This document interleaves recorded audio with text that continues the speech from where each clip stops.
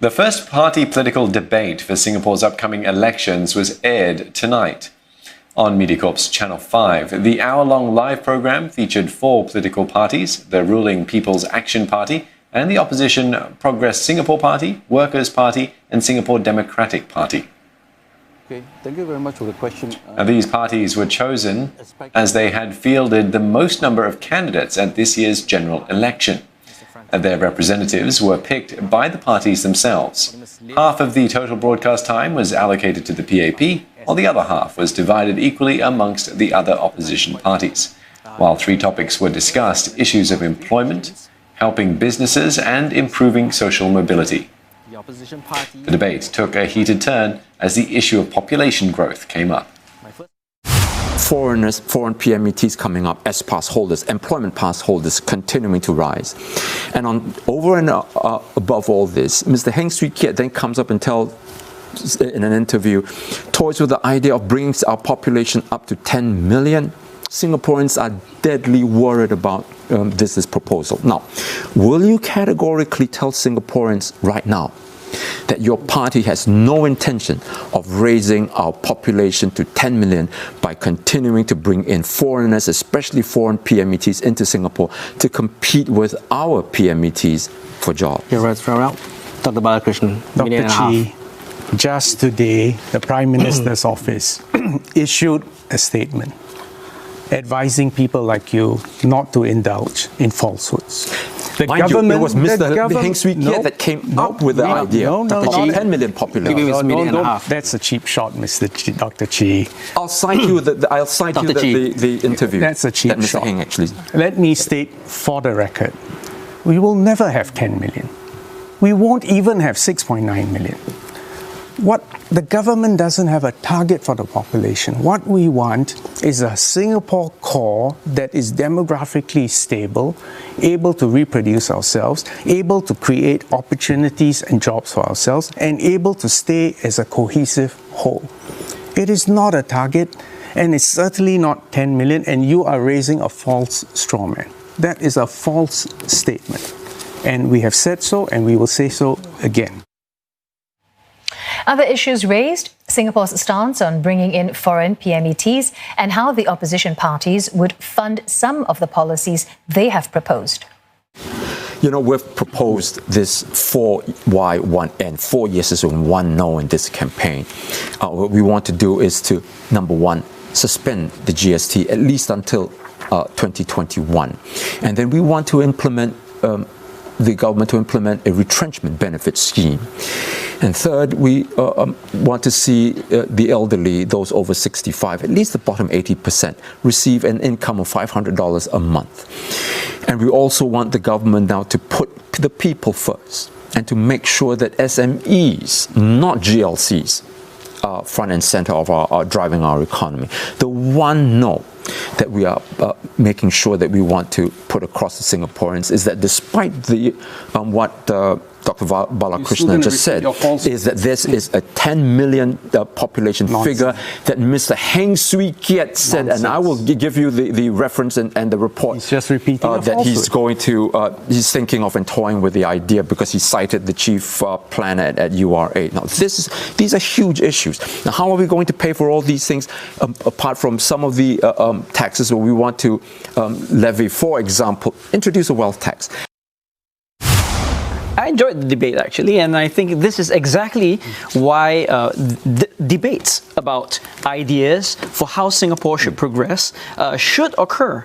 And I think it's also clear from this debate that the PAP does not have a monopoly on the best ideas on how we should bring the society forward. Now, the PAP has argued that this election is really about giving them a mandate to bring the country out of this crisis. And they need this mandate in order to do so. Now, the truth is, the PAP, in all likelihood, will have this mandate by the end of this election. And I think that what we are trying to deny the PAP isn't a mandate.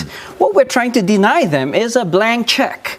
And that is what I think this election truly is about, so that we can actually have this kind of debates, not just in a constrained form over a table, but actually in the forum which was designed for this, which is Parliament. So if you believe, and I call on voters, if you believe in having all voices heard, if you believe that we succeed only when we have sound and rational debate about what matters, if you believe in the essence of a democratic modern society for the 21st century, then we ask that you make your vote count and that you will vote for the Workers' Party. We believe that there should be free contest of ideas, alternative solution, and constructive voices in Parliament. PSP believes in that, and I agree that from this discussion you could see that we have the same issues, but we come up with different angles of looking at it. For instance, for the economy, we have been over the recent years obsessed with growing our economic, driving GDP, and neglecting the welfare of the people. We believe that you drive economic growth for the better welfare of the people, so the quality of life is better, not the other way around. Otherwise, we won't have a first world country with a third world group of third world citizens in this country. So economic growth must be not at all costs. There must be the other side, the compassionate side, the social side we talked about. Building a safety net that is for all. We don't have to patchwork giving all schemes if we have a good economic structure that don't need it for the start. I'm afraid I have to deal with Dr. Chee's falsehood again. No 10 million. Fact. Next point. I don't think you have been open with our people. GST. You are suggesting abolishing it, or at least doing away with it, suspending it for an undetermined period.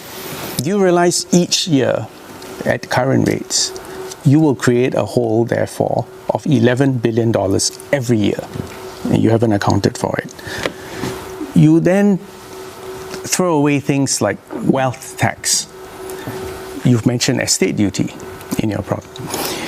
Now, in all these things, have a care that you're not actually engaging in class warfare and you're not trying to divide our society.